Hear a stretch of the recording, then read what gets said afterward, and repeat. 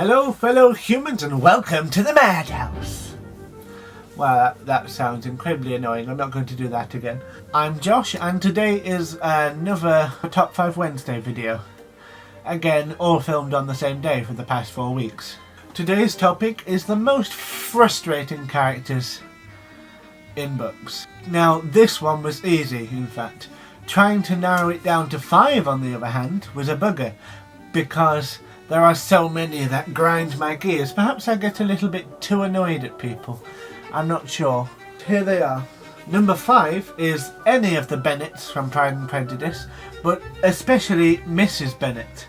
It is a truth universally acknowledged that a woman in possession of 5 daughters must be happy when her daughters find a husband, even if they're marrying an arsehole like Wickham. I understand that in the world they lived in, marriage was necessary for their children's survival, but to be perfectly happy about Wickham when he only wants to marry people for their money is just nonsensical. Number 4 is Percy Jackson from the eponymous series and from the Heroes of Olympus series. This is probably an odd one because he's again the main character and he's very good, but bear with me. I mean, he manages to trick gods and monsters left, right and centre, but he's so clueless about so many things. Say he doesn't figure out who Daedalus is in the Battle of the Labyrinth. It's kind of apparent from fairly early on, but having said that, most people don't apply the same analysis to their own lives as they do to books they read, so it's forgivable that he does that one. Maybe this is just a literary trope about teenage boys, but he is absolutely clueless. He doesn't realise that Annabeth likes him, and it takes an entire camp forcing them into the lake for them to have their first kiss. And he also doesn't realise that Nico likes him either, but at least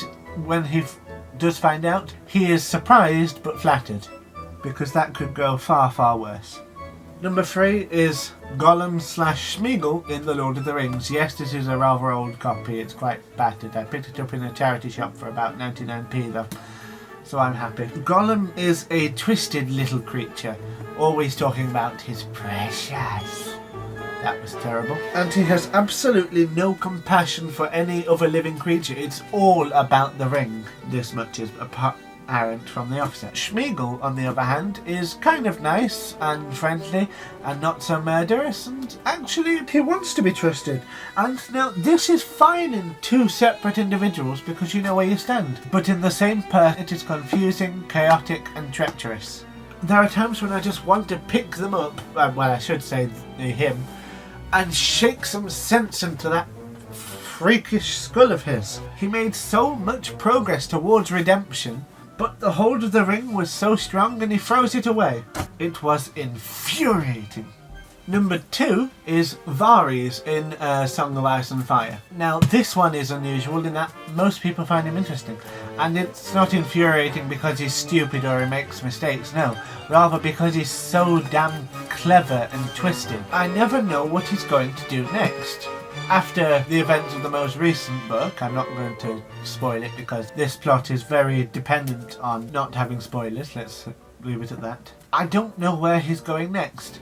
It's as he says really, he always keeps on paddling. He always fights for his own survival above everything else, but he takes risks when necessary, because that's how you reap the biggest rewards. I want a nice clean ending where all of the loose ends are tied up, and Varys won't give us that. He's so crooked, it will never truly be wrapped up, I don't think. Before I reveal the winner, here's an honorary mention of James Adams from the Cherub series. If you don't know why, you haven't read them, and I'm not going to get into it because I will be here for a very, very long time. Read it, you'll understand. Number 1 then, Bella Swan. I don't really need to go into it, you know why she's infuriating, but I'm going to do it anyway. She has a strange obsession with danger. Instead of considering the fairly safe, admittedly a little bit dull human guys, she goes straight for the vampire, who is not particularly good for her. When the vampire leaves, there's a werewolf who's much better for her, and also, in my view, much better looking and has a far better policy when it comes to shirts. But she stays so obsessed with him that she tries to kill herself and put herself in danger so many times just so she can hear his voice. It's not healthy. It's not good. It's not a good basis for a relationship. Not a good role model for anyone who reads it. It's just damned stupid. Ooh, it winds me up. It grinds my gears. I love that phrase. Grinds my gears. Anyway, my rant is over now. Thank you for watching. I hope you enjoyed the video. Click like and subscribe and tune in next week. There will be a video this Friday as well, if I can remember. And I hope to see you soon. Cheers!